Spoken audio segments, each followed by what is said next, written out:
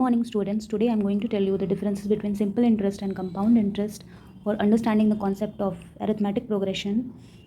And in this video you will understand in detail the simple interest and compound interest, as well as the application of AP, means arithmetic progression, in our daily life. Okay, this question you will not find in any book. This is made by me. Suppose a person took a loan of rupees 10,000 at simple interest of 5% per annum for 4 years and a compound interest of 5% per annum for 4 years. What amount does the sum amounts to at the end of every year for both cases? ठीक है, एक कोई आदमी अगर 10,000 का loan लेता है 5% per annum simple interest पे 4 ईयर्स के लिए and 5% per annum compound interest पे 4 ईयर्स के लिए, तो वो जो लोन है, वो जो सम है, वो हर ईयर कितना अमाउंट करेगा बोथ केसेस में. This you will understand. In simple interest, you can see at the end of first year what you will get 10,000 plus 5% of 10,000. ठीक है, सिंपल इंटरेस्ट कैसे निकलेगा?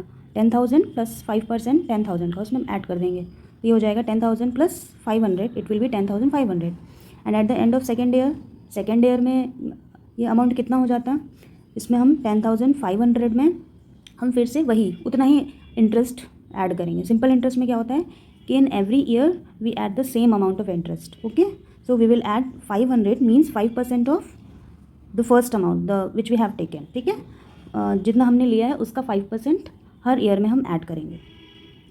तो at the end of second year what we will get 10,500 plus 5% of 10,000 means the same interest 500 we will get 11,000. At the end of third year it will amount to 11,000 plus 500, the same interest, it will be 11,500. And at the end of fourth year it will be 11,500 plus 500, that will be 12,000.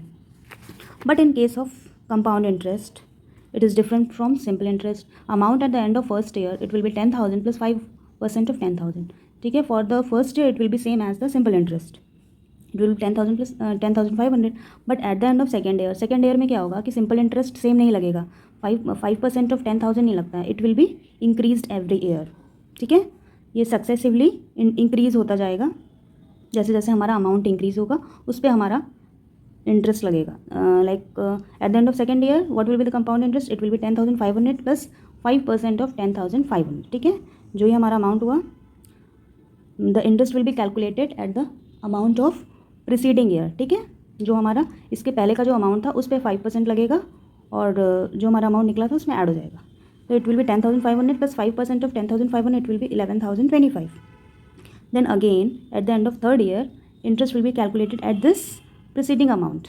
ठीक है, इसके पहले वाला जो amount था इस पर interest लगेगा, तो कितना हो जाएगा 11,025 plus 5% of 11,025, so it will B 11,576.25.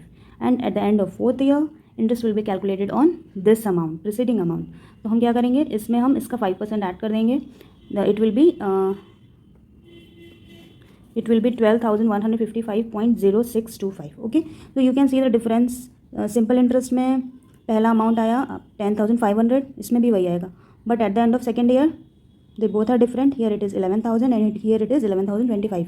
ये थोड़ा सा उससे ज़्यादा है, एक्स्ट्रा है. 11,500, here 11,576, here it is 12,000, here it is 12,155. This difference is because the simple interest we are calculating and the compound interest both are different. ठीक है, ये सेम इंटरेस्ट लगता है और ये जो आपका अमाउंट आता है उस पर इंटरेस्ट लगता जाता है.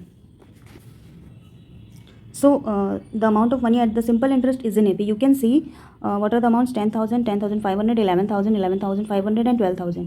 Here the differences of money are same. So it is in AP. So you can see it is an example of AP. तो ये क्या हो गया, AP का एप्लीकेशन हो गया simple interest. But in case of compound interest the differences of money are not same. You can see 10,000, 10,500, then 11,025. The differences of money are not same. इसका difference consecutive amounts का difference same नहीं आ रहा, इसलिए ये AP में नहीं है. So the amounts taken at simple interest will be in AP but not in simple interest. If it is in compound interest then it will not be in AP, arithmetic progression. In this way you will understand the differences between compound interest, simple interest and AP, arithmetic progression also. Thank you. If you like my video, please do like, share and subscribe my channel.